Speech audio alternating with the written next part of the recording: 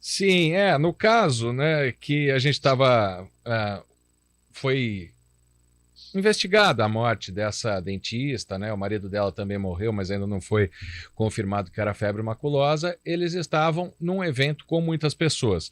E aí, a gente trazendo para os parques, né? O Fabiano, aqui, o nosso ouvinte, citou o Parque das Águas.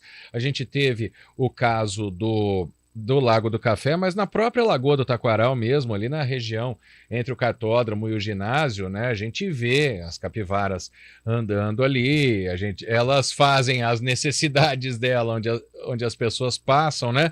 Então, para começar a nossa conversa, doutora Raquel, a primeira pergunta que eu faço é como que a pessoa pode se prevenir, já que ela vai a esses espaços onde tem o transmissor do carrapato estrela, né, que causa febre maculosa. As medidas de prevenção que a gente vê até nos livros, Marco, elas não são medidas muito fáceis de serem adotadas quando você está pensando que a maior parte da transmissão ou dos casos acontecem em áreas de lazer. Não é?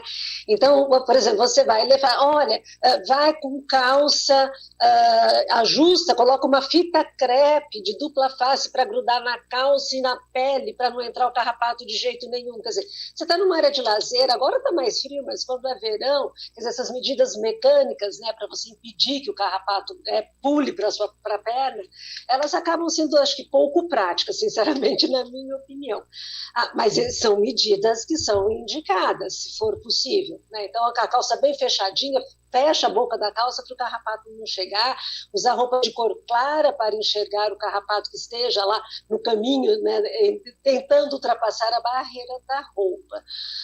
Agora, outra medida é fazer uma boa vistoria, né, no corpo quando volta dessas áreas, né, que sabidamente, né, tem as plaquinhas até que são regiões onde tem risco de febre maculosa, ou áreas que a gente ainda, aqui na nossa região a gente tem muita febre maculosa já infelizmente há anos, então nas regiões, né, de pasto, as regiões rurais, tem contato com mato, olha depois, pede para alguém olhar junto, faz uma vistoria, né, olha bem perna, a face posterior, glúteo, se não tem nada, nenhum carrapato aí que possa daí picar e fazer a transmissão da doença. E acho que isso em prevenção seriam essas medidas em si. Doutora Raquel, e o carrapato estrela, ele é visível, né? Ele é possível ser retirado de uma maneira fácil aí, se a pessoa tiver contato com ele. O que acontece é que, na maior parte das vezes, o carrapato ele evolui, né? Ele é criancinha, vamos dizer assim, adolescente, adulto e tal. Quando ele é adulto, ele é mais visível. As formas mais jovens do carrapato são as formas que normalmente têm maior quantidade, né, da bactéria, que transmitem mais a bactéria que causa febre maculosa. E nós temos vários inquéritos, várias pesquisas feitas, Marco, mostrando que metade das pessoas, né, que comprovadamente tiveram o diagnóstico de febre maculosa não perceberam nenhuma picada de carrapato. Então, não ter a picada em si não é algo que a gente use na prática clínica para não pensar em febre maculosa. É muito mais a exposição a um local, né, de risco de transmissão de febre maculosa e algum sintoma clínico. O Derivaldo Souza, doutora Raquel, ele treina corrida, né, às vezes em trilha. Por exemplo, no Parque Ecológico aqui da cidade. Ele usa roupa de corrida. Aí ele pergunta se isso facilita. Eu só não entendi se ele perguntou se facilita ser picado pelo carrapato, né? Ou se facilita de ele, por estar fazendo alguma atividade e tal, não precisa ele ficar meio que imune ao carrapato. Essa questão da roupa dele de corrida também, tem uma contraindicação para essas áreas de mata, por exemplo? Nós temos, quer dizer, quando você tem uma infestação muito grande, como nós tivemos aqui em Campinas, no Lago do Café, que ficou até fechado muito tempo para tentar, né, ver se eliminava todos os carrapatos, mas agora voltou e tem plaquinha de novo lá. Então, você tentar evitar as áreas que sabidamente são mais infestadas do carrapato. A roupa ela só vai ser uma aliada para evitar a transmissão se ela cobrir mesmo e vedar a entrada, né, do carrapato, que normalmente acontece na parte inferior da perna. Né, que ele pula da grama para a nossa perna. Então, as roupas que normalmente a gente corre, né, que são roupas, ou short, alguma coisa assim, elas acabam deixando as pernas expostas e a vedação da perna, só uma roupa, que nem, sei lá, uma roupa comum que a gente usa, essas calças que tem um elástico só ali no próximo ao tornozelo, elas também não impedem, tem um espaço ali, né, para o carrapato entrar. Então, seria algo que vedasse completamente mesmo. As roupas habitualmente de corrida não fazem isso. Outra coisa que a gente tem que falar, doutora Raquel, porque já aconteceu com outras doenças também, lembra quando começou um extermínio de macacos que transmitiam doença, né, para as pessoas, e a culpa não era do macaco exatamente, né? As pessoas que frequentam esses locais que hoje estão abertos precisam ter algo assim, um distanciamento da capivara, precisa ter medo, porque é perigoso começarem a matar capivara também, por isso que eu faço essa pergunta. Tem esse perigo tão grande por causa desse convívio que hoje é liberado? Não, quer dizer, na verdade, o fato da gente não ter o contato com a capivara, infelizmente, não vai diminuir o risco da gente vir a contrair a febre maculosa se a gente estiver num local onde eu tenho o carrapato estrela ali, que fica normalmente na grama até. Né? Ele fica ali na capivara, pois ele salta e fica na grama e ele sobrevive muito tempo ali na grama também. E é ali que os ovos vão nascer. Então, e novos carrapatinhos vão surgir. Então, a capivara em si, ela serve como meio de transporte, né? A eliminação só das capivaras não vai controlar o problema da febre maculosa em si. O que a gente precisa ficar atento é, tendo frequentado essas áreas que nós sabemos que tem risco de transmissão de febre maculosa, a pessoa já tem que ficar sempre atenta, porque os sintomas podem aparecer de 2 dias até 14 dias depois. Então, às vezes, a gente nem lembra que há 2 semanas atrás foi num parque X. Então, mas comecei a ter febre, ou comecei a ter um mal-estar, né, uma dor no corpo, a gente pensa em dengue, e este é o grande problema da febre maculosa, Marco, porque os sintomas são muito parecidos com outras doenças, e no seu início a gente não faz distinção mesmo. Mas se eu tiver, né, uma exposição anterior a uma área que tem risco de transmissão, devo fazer esta relação, devo ficar atento e procurar um serviço presencial médico, relatar os sintomas e a exposição para que seja feita a investigação e iniciado o tratamento. Existem casos, doutora Raquel, pelo menos a gente vê estatisticamente falando, que quando a febre maculosa ela atinge um estágio mais grave, né, ela acaba sendo letal. Então ela tem essa preocupação também, ela tem esse problema de a pessoa ter que pegar a doença, descobrir a doença o mais rápido possível, porque com poucos sintomas é difícil, né? Como fazer isso? Pois é, então, e esse é o grande fator que nos amedronta também enquanto na saúde, porque, veja, esses casos, né, que infelizmente foram a óbito agora, na última semana, eles tinham 4, 5 dias de história e de um contato que tinha sido quase que há 2 semanas atrás. Então, 4, 5 dias de um pouco de febre, de mal-estar, e já chegam muito grave, e a gente até, no atendimento mesmo, pensando em febre maculosa, o sucesso do tratamento, quando eu já tenho 4, 5 dias de evolução, o sucesso é muito pequeno. Então, o que a gente faz, Marva, e é preciso que as pessoas estejam atentas, qualquer sintoma, a gente colhe os exames, a gente não espera a confirmação para começar a tratar, porque essa confirmação demora. A gente não pode esperar. Então, eu tenho um quadro clínico, estou com febre, dor no corpo, pensei em dengue, não é dengue, né? Fiz o exame, não é dengue, eu estive numa mata, andei no parque, eu começo a tratar, colho os exames, faço a notificação para a vigilância e começo a tratar. Daí o sucesso do tratamento atingindo a cura é muito grande. E como os sintomas são parecidos com a dengue, essa essa é a questão, tem que passar pelo exame, né? Não adianta só ser olhado pelo médico ou, no caso, algum plantonista, tá? Isso é dengue, vai para casa descansar. Tem que passar pelo exame, né? Isso vai detectar a febre maculosa com muito mais precisão. Mas assim, o resultado do exame que confirma a febre maculosa, ele demora dias para ficar pronto, viu, Marco? É diferente de dengue, que em poucas horas você tem um teste rápido até para dengue. Para maculosa a gente não tem.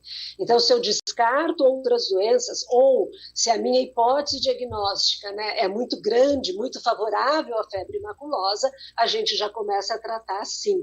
Né? A confirmação ela vem dias depois, só serve para falar se a gente acertou ou não na prescrição, na verdade.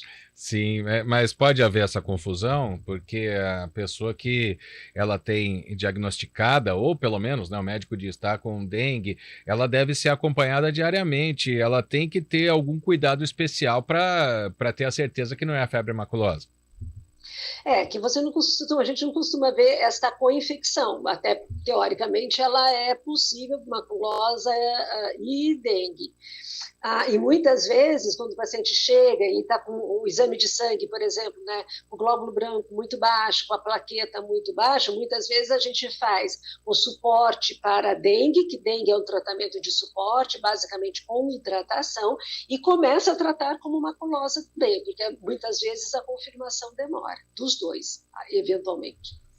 Doutora Raquel, nesse momento, né, que foi constatado, né, que esse casal que morreu e por enquanto, repito, por enquanto está confirmada apenas a morte da mulher como tendo a febre maculosa como causa, mas outras duas mortes suspeitas, confirmando que eles estiveram num local, que eles estiveram numa fazenda. Como infectologista, como que a senhora vê isso hoje, o fato de os eventos continuarem funcionando, a Lagoa do Taquaral estar aberta, o Lago do Café, o Parque das Águas, que foi dito aqui. Nossa ouvinte de Americana disse que no meio de uma área de mata também, o marido dela estava cheio de carrapato estrela, mas ele acabou não ficando doente. Hoje em dia teria que ter alguma ação pelo menos de prevenção nesses locais, já que eles estão abertos. Ainda não é o caso de fechar, por exemplo, como aconteceu no Lago do Café, porque foi uma infestação muito grande, pelo menos a senhora disse isso agora há pouco, né? Ou já seria o caso de se pensar em alguma ação nesses locais que são muito frequentados, até aqui na redação, nossos colegas falando que mesmo no próprio Lago do Café, hoje, tem gente que vai, estende toalha para crianças brincarem ali na grama, tal. O que deveria ser feito, na sua opinião? Eu acho que, em termos de perspectiva de erradicar, né, o carrapato, essa perspectiva ela é muito longínqua, praticamente não existe, viu, Marta? Então, o que a gente tem que fazer primeiro, né, quer dizer, à medida do possível, deixar sempre a grama, né, bem aparadinha, bem baixa, isso é importante, né? Tentar o máximo possível que você também não vai sair, a gente já teve que cortar tanta árvore em Campinas, infelizmente, né, agora por conta das chuvas, porque o sol, né, deixar áreas arejadas com bastante sol batendo, isso também ajuda com que o carrapato não perdure aí tanto tempo, porque ele tem uma sobrevida muito longa. Eu acho que até o pessoal depois, né, se vocês chamarem da zootecnia seja melhor, né, da zoonose, aliás, porque vão poder explicar com mais propriedade toda as alternativas técnicas, né, para tirar o carrapato, mas elas não existem. Né? E o que você deve, a não ser quando tem uma infestação muito grande, como houve lá, né, Andréa von Silber, coordenadora da vigilância do município, também comentou isso hoje, de fechar e tentar desinfestar, que é algo muito difícil, com resultado muito ruim. E o que você tem por exemplo, neste local onde provavelmente aconteceram esses casos, a vigilância deve ir lá, a zoonose deve ir lá, fazer um estudo local, ver como está a infestação, se só colocar as placas e alertar a população é suficiente, se teria algum índice onde fosse necessário fechar. Mas eu acho que ter as placas, e tem o papel de cada um de nós, né, com orientação adequada, né, de que ali é um local de risco, né, faça uma fiscalização, ver se você não tem carrapato. É importante que não pode espremer o carrapato quando vai tirar, né? Tem que tentar com uma pinça, né, dar uma torcida para tirar o carrapato inteiro, e alguns sintomas sempre já procurar um atendimento médico. Bom, hoje, então, nesse momento, para as pessoas que estão com medo, qual é a indicação, né? O que a doutora Raquel Stuck passa para dizer para essas pessoas que precisam se prevenir? Foi a questão da roupa, né? Que a senhora já disse que é muito difícil a gente usar dessa forma como foi tida, né? Mas para as pessoas que estão preocupadas. Pode colocar, você coloca uma calça comprida até de ginástica ou de corrida, coloca um meião de futebol por cima, isso já ajuda, viu, Marco? Ah, é? Uau. O carrapato vai ter dificuldade, né? E nesse tempo que é mais frio, ainda isso se torna favorável. E ficar muito atento aos sintomas, né? Comecei com uma febrinha, uma dor de cabeça, uma dor no corpo, né? Procura um atendimento, avisa que você teve numa área que você sabe, né, que tinha plaquinha de febre maculosa, isso vai ajudar o profissional também a tomar a melhor decisão, né, para avaliar a indicação do tratamento da febre maculosa, que deve ser feito precocemente na suspeita do diagnóstico, né? Isso é o que a gente costuma alertar muito para quem está lá na ponta atendendo, né, nas unidades de pronto atendimento, no pronto-socorro, porque são eles que estão lá na ponta. Na suspeita, você começa a tratar. Quero agradecer, então, a doutora Raquel Stuck. Eu estou recebendo aqui uma mensagem, nosso ouvinte não se identificou, quer dizer, ele identificou que é veterinário, mas não passou o nome dele aqui, final do telefone 0324. Ele fala, né, o nome Rickettsia. Isso. Rickettsia é o nome da bactéria que causa a febre maculosa. Porque, no caso, a capivara é o reservatório natural dele, né? Aí ele diz aqui que já existe exame de antígeno e anticorpo imediatos na veterinária. Cabe aos médicos em região endêmica que suspeitarem dessa doença tratar preventivamente com doxiciclina. Isso a senhora recomenda também? O tratamento precoce, mas o tratamento a doxaciclina, ela é um antibiótico, então ela precisa de prescrição médica, é um antibiótico que está disponível nas unidades básicas, então não é um antibiótico fortíssimo, que é super novo, tal, para controle, tem sua indicação precisa e sempre, é o que ele falou, tratar quase preventivo não é porque eu tenho uma picada de carrapato que eu já vou começar a tratar, mas eu tenho uma picada de carrapato, ou eu fui no parque e daqui 5 dias eu estou com febre e mal-estar, sem mais nada, eu já vou começar a tratar assim, procuro atendimento e vou tomar doxaciclina, é a droga de escolha para tratamento. Portanto, e com uma chance de cura muito grande, viu, Marco, aliás. Bom saber. Quero agradecer muito a médica infectologista Raquel Stuck, da Unicamp, conversando com a gente mais uma vez e trazendo muita informação necessária que só especialista pode trazer para acalmar as pessoas.